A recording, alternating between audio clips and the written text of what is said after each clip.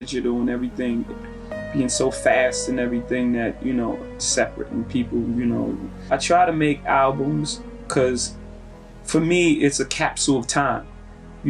It's not just music for me. For me, it's where I was at this moment or what I'm trying to capture. And what I'm trying to capture, the blueprint is, what I call a new classic because it's influenced by the Marvin Gaye's and the generation before us, but it's not a recreation of what they've done. My interpretation of it, and it's me making my mark.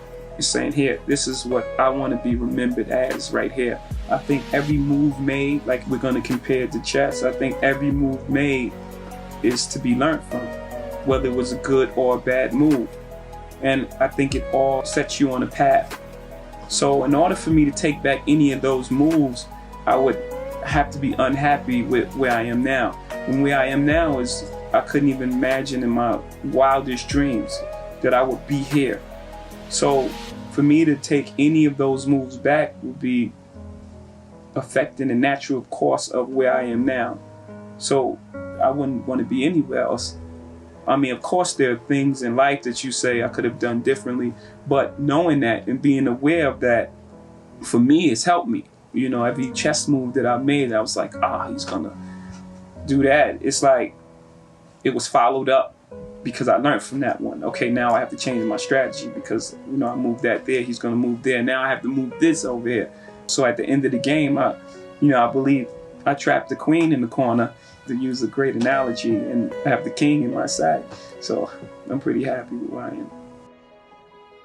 That meant most to me, and always coming up, I always believed in the way you live your life, you affect the outcome of your life, calm and everything. So I just want to be remembered as a very honest and straight up guy. I'm pretty much a mirror. If someone's cool with me, like energies attract, right? You give off energy, you get that energy back. So just a person that was of the utmost integrity, honest, very hardworking, and someone who really cared about the culture. Because at the end of the day, that's what I'm pushing everyone for. I always had that in the back of my mind, and then I got to a point where I was like, man, I don't want to ever just do it to do it. And then it was this opportunity. So those two things combining led to the retirement. And then, of course, the love for it. Like with anything else, the love for making music, and start pulling me back to the studio. And it was like, yeah, for me, I was happy about it.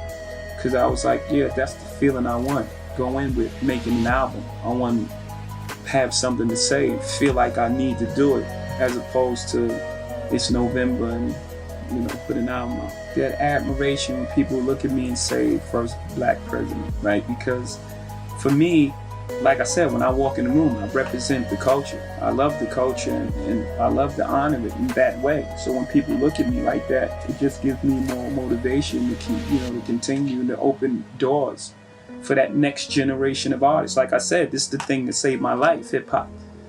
I don't know where I would be without it. There were no backup plans.